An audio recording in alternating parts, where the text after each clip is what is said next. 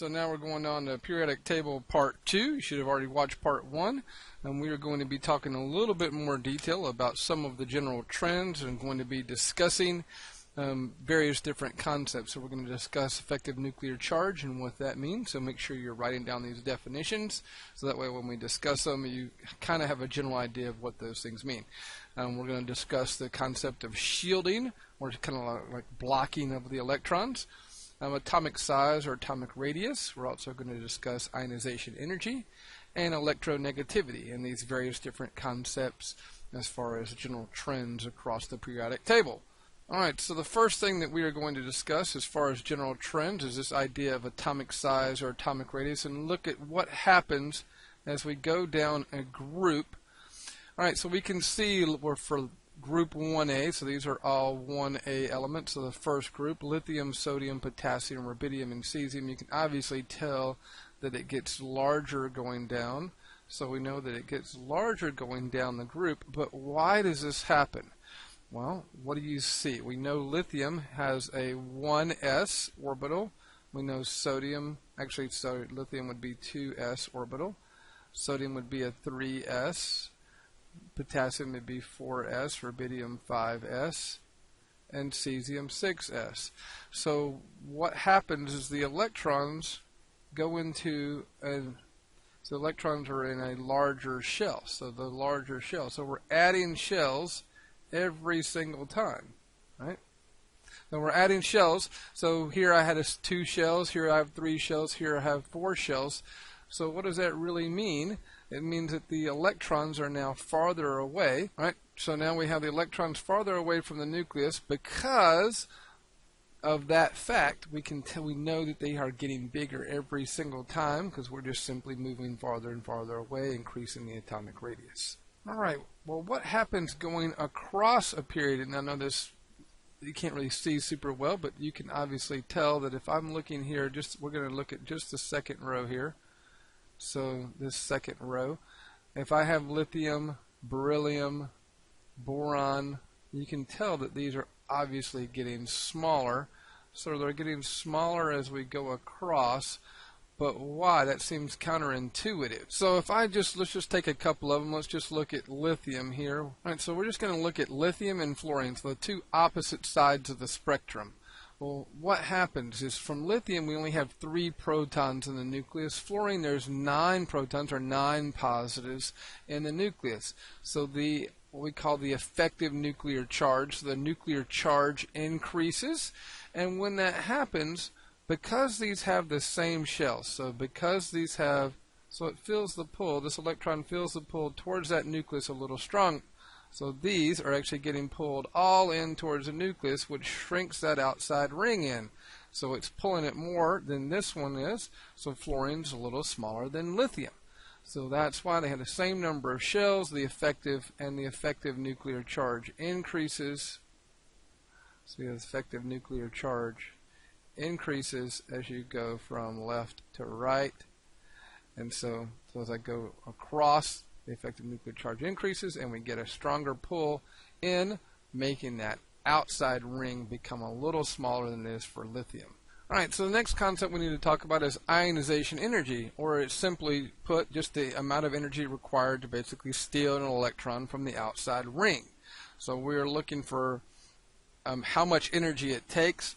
So the stronger held the electron is, the harder it's going to be to kind of get it away. Like a thief, the stronger you hold on to your merchandise, the harder it is for this thief to come in and steal that electron away from you. So what happens going down a group? Well, going down a group is going to decrease because what happens is the size of the atom is increasing. So that's what we just talked about. So if I'm looking at lithium versus sodium, and so the electron is farther away from the nucleus. The electron here is one's out here for sodium and one out here. So the farther away it gets from the nucleus, the easier it is to remove that electron away. Because in sodium it's not being held quite as tight. Because what's happening is all these inner electrons that are here in sodium are what's called shielding. So they're like blocking the outside electron here from feeling the nucleus as much. So these inner electrons shield the outside nucleus from feeling the effect of the nucleus as much. So the shielding has increased for sodium, making it therefore easier to remove this electron because it's not being held as tightly to the nucleus. All right, going across a period, okay, so we're looking at now from like sodium to fluorine, okay, so sodium to fluorine. Well, what happened? We know that fluorine, the atomic radius, what had happened for fluorine? The atomic radius got smaller, so lithium, it's bigger for lithium than it is for fluorine. So as that happens, it's not held quite as tightly. All right, so we're going across a period now, so we're looking for lithium versus fluorine. So we can see that it's going to increase as I go across. Well, why? Because remember, this one is smaller for atomic radius than lithium is. So fluorine's smaller than lithium. So therefore, these electrons are held a little more tightly. Right? So because now we're looking at the electrons in the same ring, so they both only have 2 rings. Right? But this one, the electrons are held more tightly because of the decrease in the atomic size.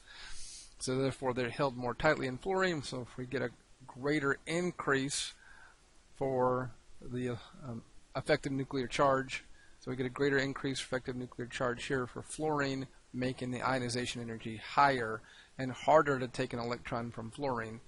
So it's harder to take an electron from fluorine than it is from lithium. It's pretty easy to take one from lithium. In fact, they generally want to give them away anyway. Alright, for electronegativity, now we're looking at the ability to actually attract an electron. So electronegativity, how easy it is to attract an electron.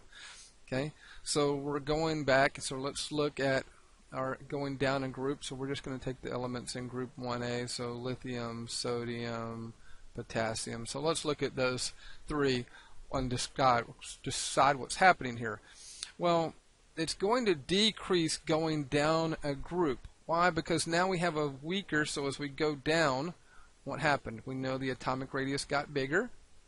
And when the atomic radius gets bigger, so we added more shells, therefore that electron isn't attracted to the nucleus as strongly.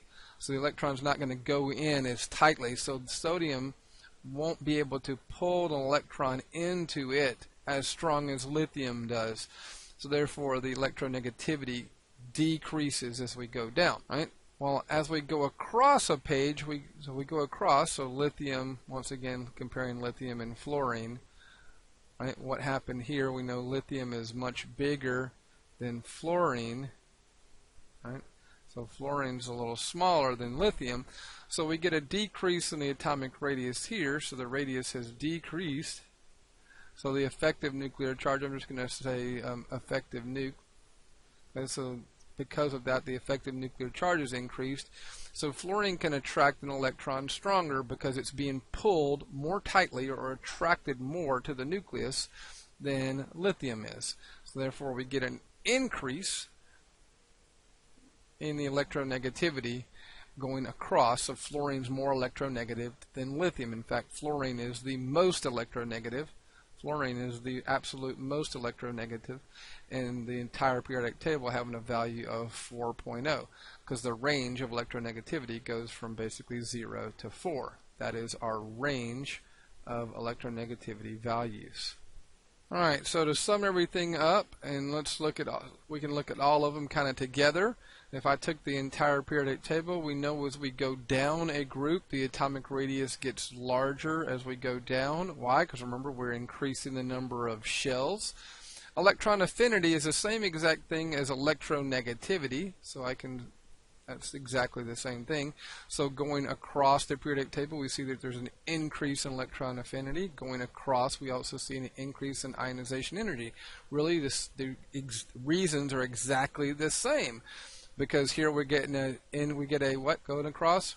We get a decrease in atomic radius and an increase in the effective nuclear charge. So therefore, the electron is held more tightly or attracted more tightly, one or the other. And atomic radius going left to right, we get a decrease as we go from right to left, or smaller as we go to the right. Same thing. So there's kind of your summary of everything, all of the trends of the periodic table, and we'll see you next time.